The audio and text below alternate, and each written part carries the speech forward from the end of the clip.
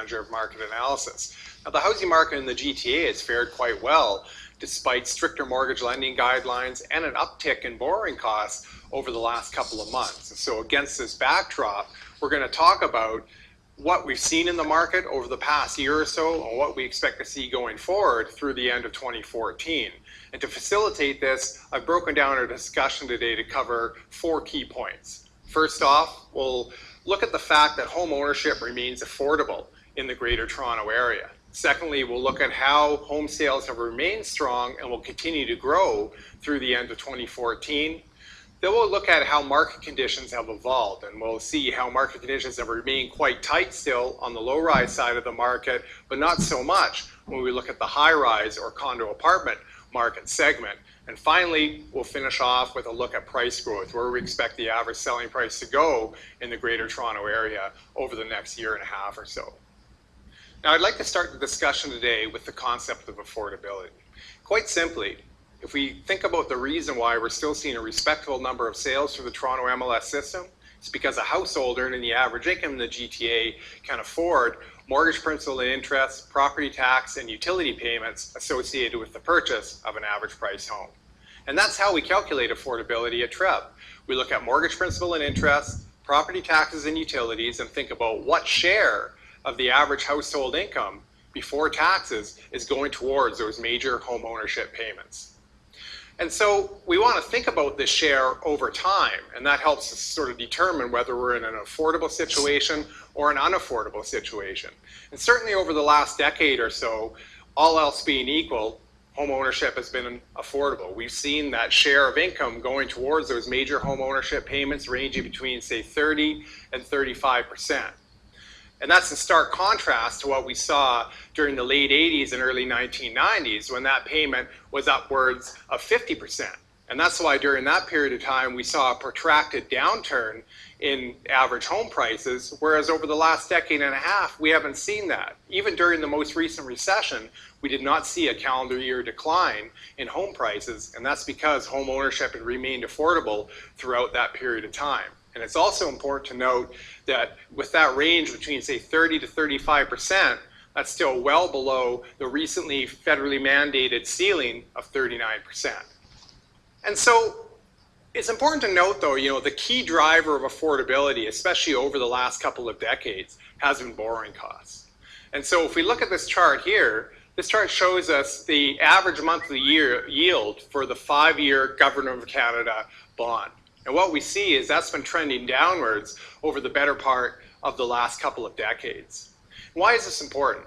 Because the 5-year Government of Canada bond, or the yield on that bond, gives us a good idea of what it's costing lenders to raise money and then turn around to lend out to your clients in the form of a 5-year fixed mortgage.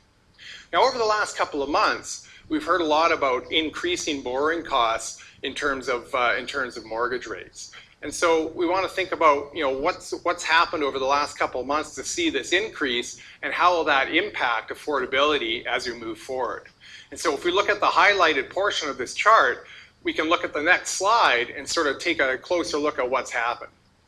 So this chart essentially shows us a magnified version of the previous one, and it gives us an idea of that 5-year bond yield, but on a daily basis. And we can really see, what happened in terms of that increase in interest rates over the last few months. And so really since the beginning of the year, there was the anticipation that south of the border, the Federal Reserve would be making an announcement saying that they would be pulling back on their quantitative easing program, which would have the effect of raising interest rates over the longer term. And so you start to see that 5-year bond yield start to inch upwards. And indeed, the Fed did make such an announcement on June 19th. And that's why you see that really sort of steep upward tick in the second half of June. But then in the ensuing month, we start to pull back from that a little bit. We saw that bond yield plateau and then start to trend downwards. And that's because the Federal Reserve made a second announcement saying that interest rates were expected to remain low, for the medium term. And certainly over the last couple of weeks, the Bank of Canada affirmed this view by also saying that interest rates in Canada, the Bank of Canada's policy rate, or the overnight lending rate, was expected to remain at its current level for the foreseeable future as well. The end result of that has been a renewed downward trend in that 5-year bond yield. And so as we look forward, we need to think about, where we expect to see interest rates going, specifically for that 5-year Government of Canada bond yield, and how that'll feed through into that all-important 5-year fixed mortgage rate. And so if we think about what the market consensus view is for interest rate increases over the next, say, year and a half through the end of 2014, that consensus view is for about a 50 basis point increase from where we are today. So we're going to see that 5-year bond yield inching upwards a little bit over the next year and a half in anticipation of future interest rate hikes, both in Canada and south of the border. And so that brings us back to our affordability metric. And so we want to think about, well, how is that going to influence what share of the average household income is going towards those major home ownership payments, mortgage principal and interest, property taxes, and utilities? And we can do a bit of a sensitivity analysis in this regard. And so if you look at this chart and the red box surrounding that call out, that's sort of our baseline assumption. And so when we're measuring affordability at TREB, we don't assume the lowest possible interest rate that's in the market today. What we do is we sort of take a broad average of the posted rates offered by lending institutions that home buyers in the GTA would have access to. So year to date, we've been assuming about a 4% mortgage rate on the 5-year fixed this year. And so that's seen the average share of household income going towards those major home ownership payments at a little bit less than 32%. Certainly very affordable from an historic perspective. But it's realistic to assume that a lot of home buyers today are able to access a mortgage at a lower rate. Let's assume, say, 3.5%. And so if you took on a 3.5% mortgage today for the average price home, you'd actually be paying less than 31% of your income if you're making the average income in the GTA towards those major payments. And even if we saw interest rates or mortgage rates jump up by, say, 50 or even 100 basis points, we'd still see the share of the average income going towards those major payments below that 35% level.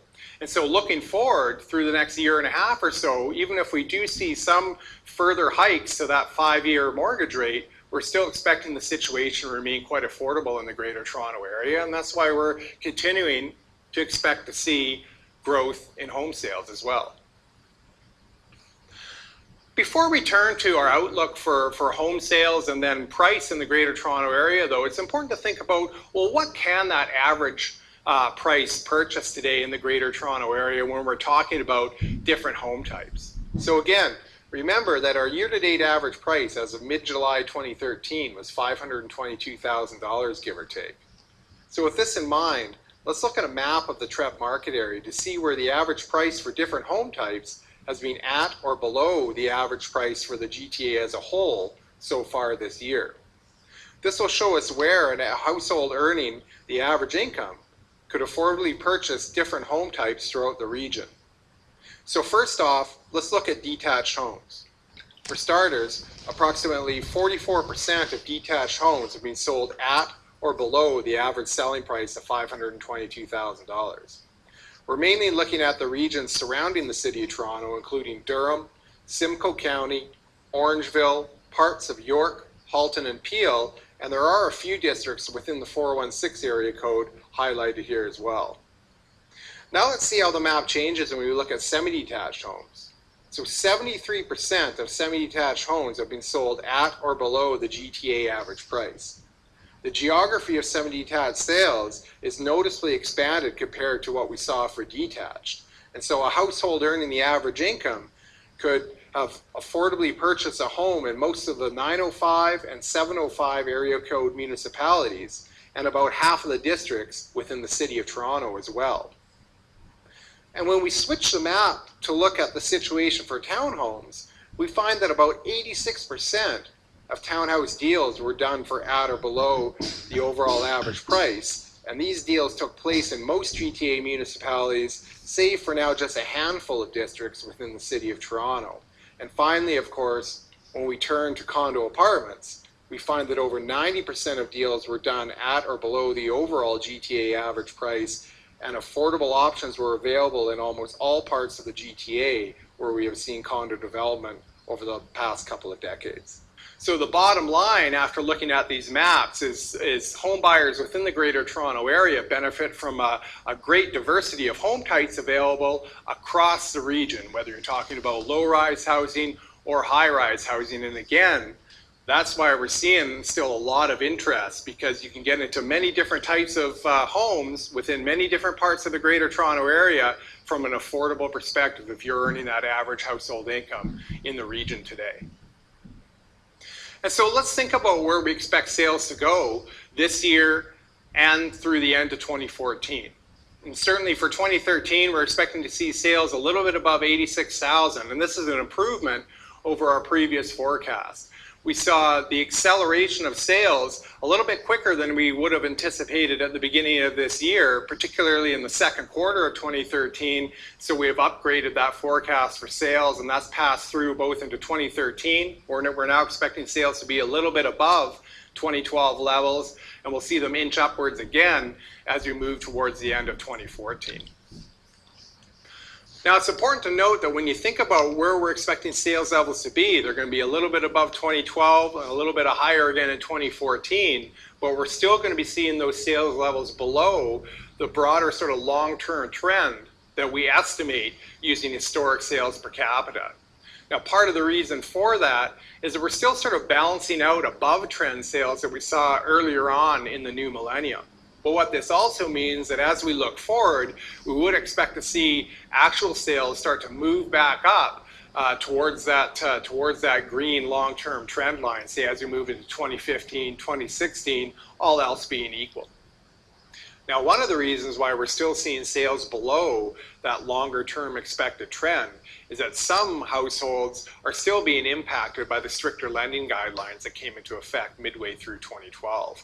This is particularly the case with would-be first-time buyers, many of whom are still choosing to rent versus buying. And you can find, say in the downtown core and other condo nodes that have built up around the Greater Toronto Area, modern units with quality finishings and amenities that are close to an abundance of work and leisure opportunities. And so we've actually seen market conditions tighten in the condominium apartment rental market, with the rental to listing ratio up in the second quarter of this year compared to Q2 2012, and that fed through into an accelerated pace of rent increase over that same period of time. And so that's some of the reasons why we're seeing sales a little bit below the long-term trend, but at the same time, we are expecting to see sales increase on a year-over-year basis, both in 2013 and 2014. So that's the sales outlook for the remainder of 2013 and through the end of 2014. And now we want to take a look at what we expect in terms of price level and price growth over the same period of time. So we've covered off sales, but that's sort of only half of the equation when we're talking about price growth. We also want to think about, the supply of listings in the marketplace and how the two, sales and listings, or supply and demand, have interacted to influence price growth. And so when we're looking at the relationship between sales and listings, one of the things we can calculate over time is months of inventory. Essentially, we're taking active listings and dividing it by sales in a given reporting period, like this chart here shows, on a monthly basis. And so the purple line shows months of inventory for low-rise home types, so singles, semis, and townhomes. And we see that over the last, say, 3.5 years, months of inventory has been at or below, say, 2.5 months. And really, anytime we're seeing that months of inventory indicator below 3 months, we can say that we're in seller's market territory. And when we're in a seller's market situation, we're seeing price growth well above the rate of inflation. And that's certainly been the case more often than not during this period of time, and certainly over the last couple of months, especially in the city of Toronto, we've seen strong price growth for singles and semis, double digit in some cases, over the last couple of months. Now that's been in stark contrast to what we've seen on the high-rise side of the market, where we've seen months of inventory trending upwards over the last couple of years. And that just gets back to the kind of new home development that we've seen in the Greater Toronto Area really since we turned over into the new millennium, and certainly since the recession. We've seen a lot of projects, a lot of pre-construction sales. Those are converted into construction, and finally they've converted into completed units.